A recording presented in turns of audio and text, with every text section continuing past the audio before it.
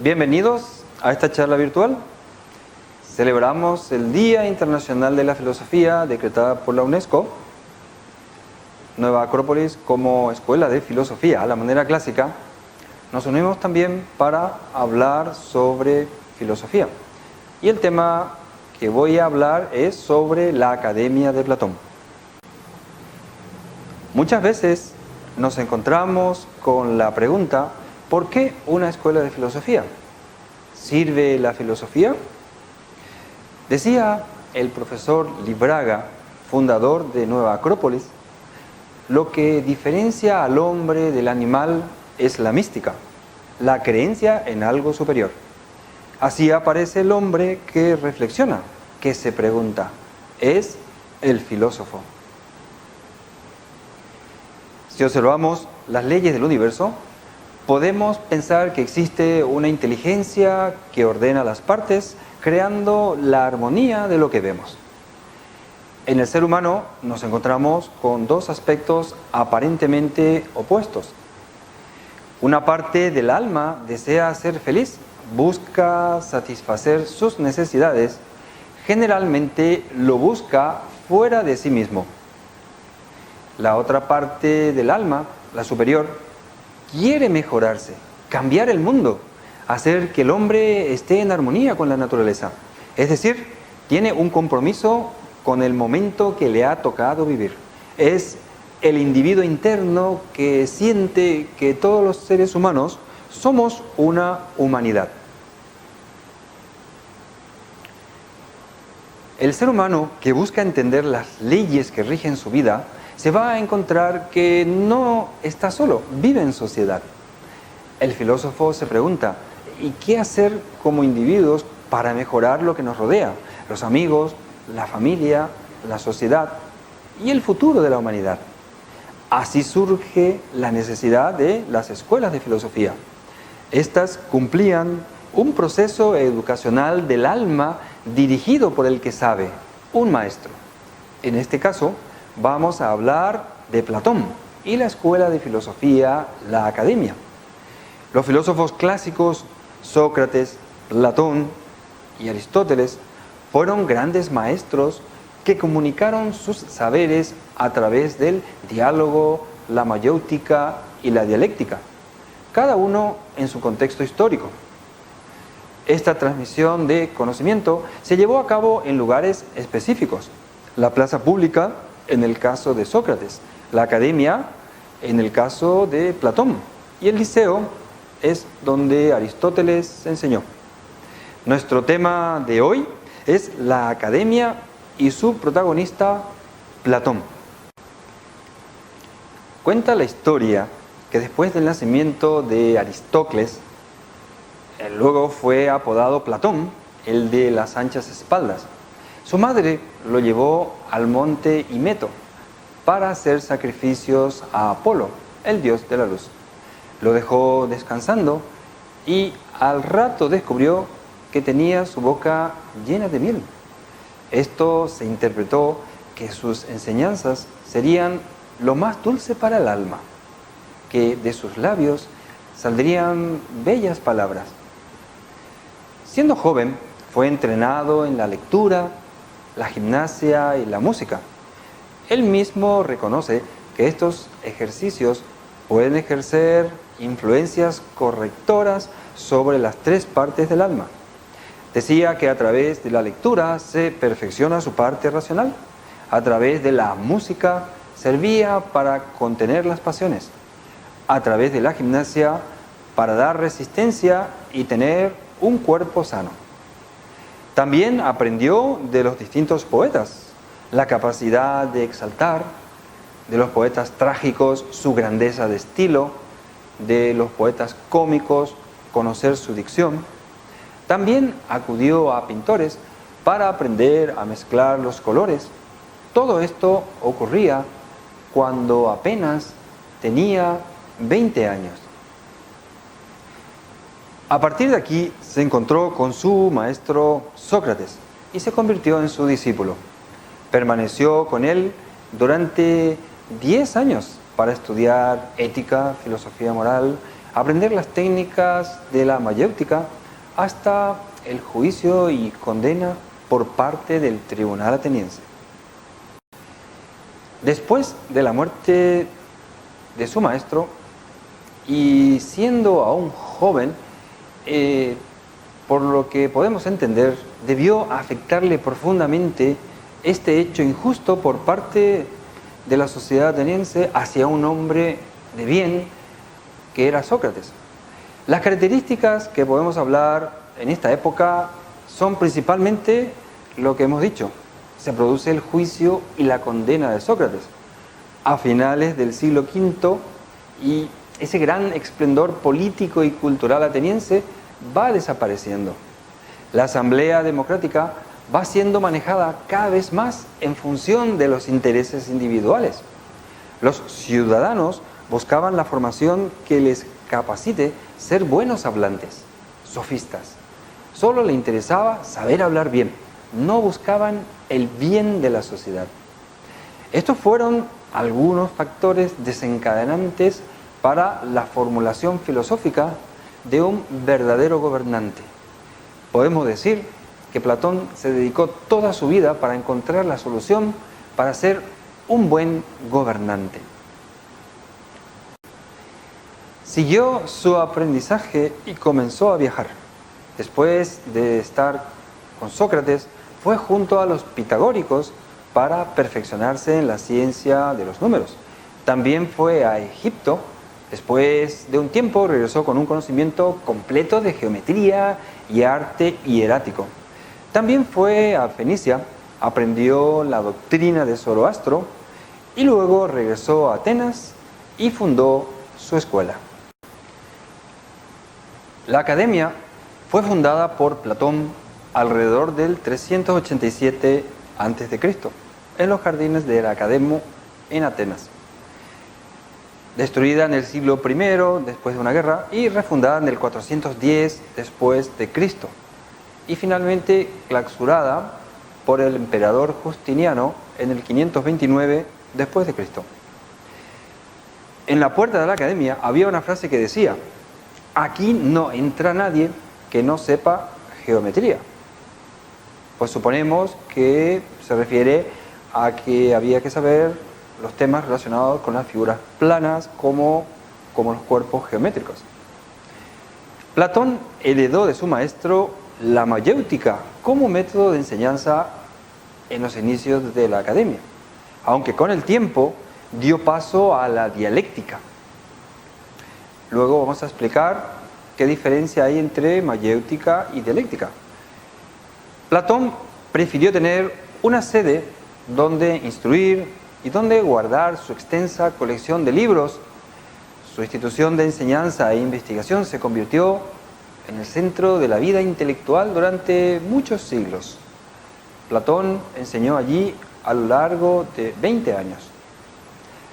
Podemos afirmar que la fundación de la academia fue inspirada tanto por el modelo de la forma de vida socrática como el de la forma de vida pitagórica. Describe un discípulo de Aristóteles respecto a la academia de Platón como una comunidad de hombres libres e iguales. Dice, en la medida en que aspiraban igualmente a la virtud y a la investigación en común. Era una comunidad donde la admiración entre los miembros era normal, porque cada uno de ellos se esforzaban en ser mejores y más sabios. Platón vivió hasta los 81 años. La academia pasó a manos de Espeusipo. Platón demostró que el alma es incorpórea.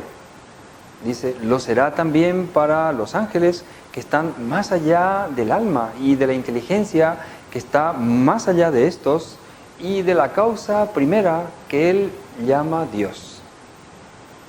Aclara que la inteligencia no es la causa primera. Como hay pluralidad de formas, también habla pluralidad de inteligencias. Y si esto es cierto, el principio será múltiple, lo cual es absurdo, porque al principio de las cosas debe haber unidad.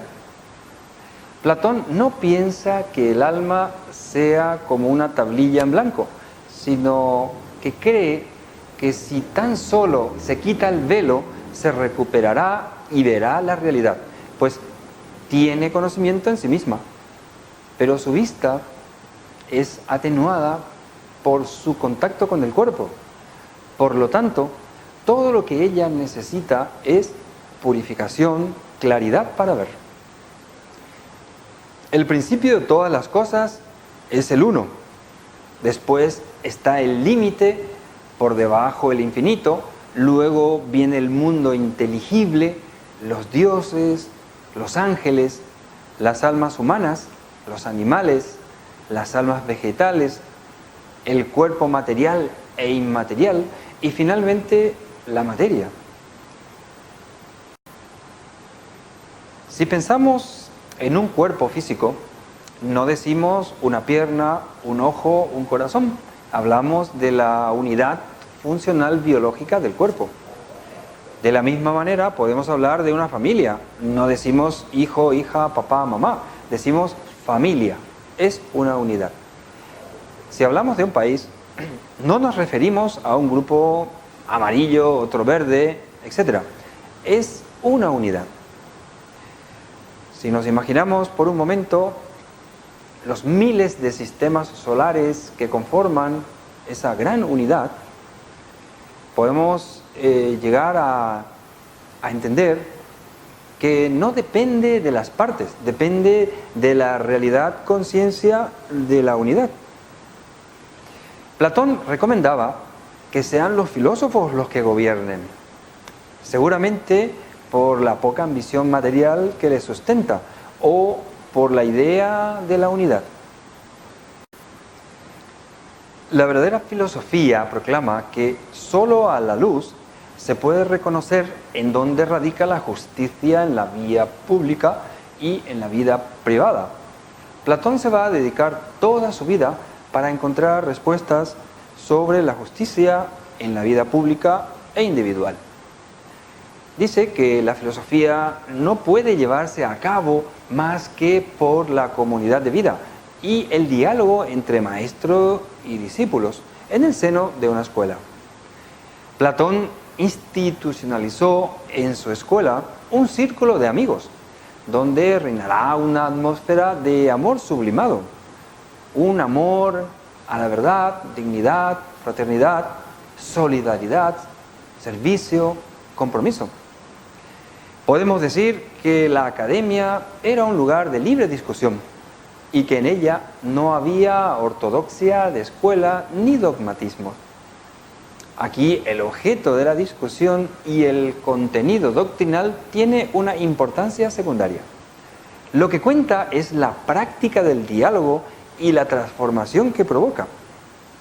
Se trata de aprender a vivir de manera filosófica con un afán común de practicar una investigación desinteresada.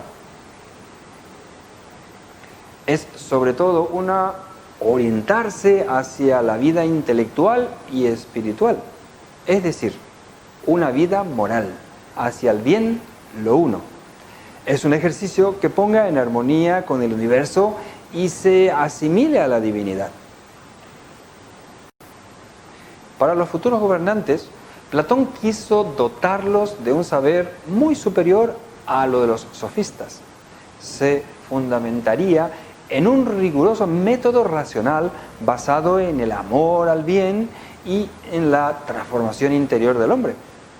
Platón quería hacer vivir a sus discípulos en las condiciones de una ciudad ideal y deseaba, a falta de poder gobernar una ciudad, que pudiesen regir su propio yo, conformes a las normas de esta ciudad ideal.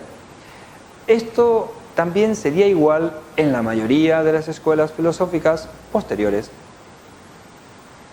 Para llevar a cabo su intención política, Platón debe hacer un inmenso rodeo, es decir, crear una comunidad intelectual y espiritual que se encargará de formar, tomándose el tiempo que sea necesario, a hombres nuevos.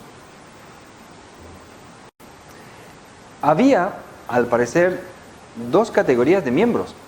Por una parte, los de más edad, investigadores y profesores, y por otra, los más jóvenes, los estudiantes. En sus inicios, el método utilizado era el diálogo socrático, que consistía en una conversación donde el maestro, valiéndose de preguntas y objeciones, suscitaba dudas en la respuesta del interlocutor, hasta que éste se veía en la situación de reconocer su ignorancia. La geometría y las demás ciencias matemáticas tenían un papel de primera importancia en la formación. Corresponde así a la primera etapa en la formación de los futuros filósofos. Estas enseñanzas no tenían como finalidad alguna utilidad, más bien estaban destinadas a purificar la mente de las representaciones sensibles. Los miembros de más edad que estaban asociados a Platón en la investigación y en la enseñanza se trataban de filósofos y de sabios, sobre todo de astrónomos y de matemáticos de alta categoría. En esta fase tenía como objetivo sacar al interlocutor del contexto de sus habituales preocupaciones para instalarlo en la importancia de su ser y de su vida. El discípulo quedaba liberado de sus errores y percibía con mayor claridad qué era lo que sabía y qué era lo que desconocía.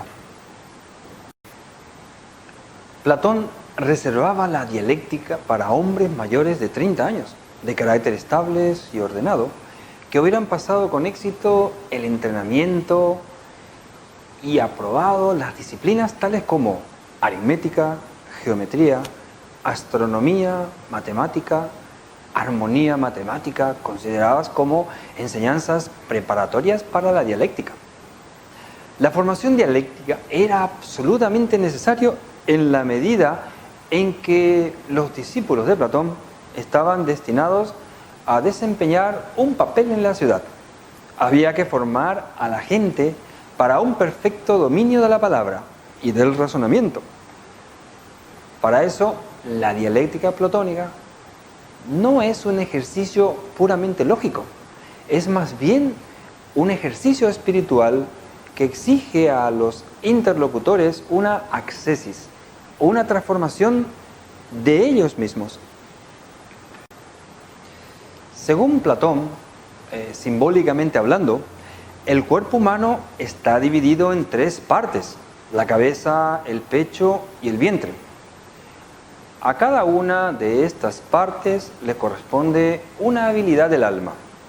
A la cabeza pertenece la razón, al pecho la voluntad y al vientre el deseo. A cada una de las tres habilidades del alma corresponde un ideal o una virtud. La razón debe aspirar a la sabiduría, la fortaleza debe mostrar valor y el deseo hay que frenarlo para que el ser humano muestre moderación. Cuando las tres partes del ser humano funcionan todos a la vez, como un conjunto completo, obtenemos un ser humano armonioso, es decir, un buen gobernante. Lo mismo pasa con una sociedad que se convierte en un sistema ordenado e inteligente según nos indica Platón, lo que sería o lo que llevaríamos a entender un verdadero Estado dirigido por un buen gobernante. Platón opinaba que las mujeres podían ser gobernantes del Estado, igual que los hombres, precisamente porque los gobernantes gobernarán el Estado en virtud de su razón. Él pensaba que las mujeres tenían exactamente las mismas capacidades para razonar que los hombres, si reciben las mismas enseñanzas y si son liberadas de cuidar a los niños y de las tareas domésticas. Estamos en el siglo XXI, un mundo que hemos creído completo, pero se está resquebrajando, carece de valores morales y espirituales. la gente está muy desconcertada, se ha inventado la lucha de clases. Acrópolis es un movimiento unificador y de fraternidad entre los hombres. Puede encontrar soluciones a los problemas fundamentales de la existencia para propiciar un mundo mejor a la luz de la filosofía, que trate de sintetizar los valores para permitir el mejoramiento del ser humano. Les esperamos en nuestros cursos de filosofía en cualquiera de nuestras sedes. Muchas gracias.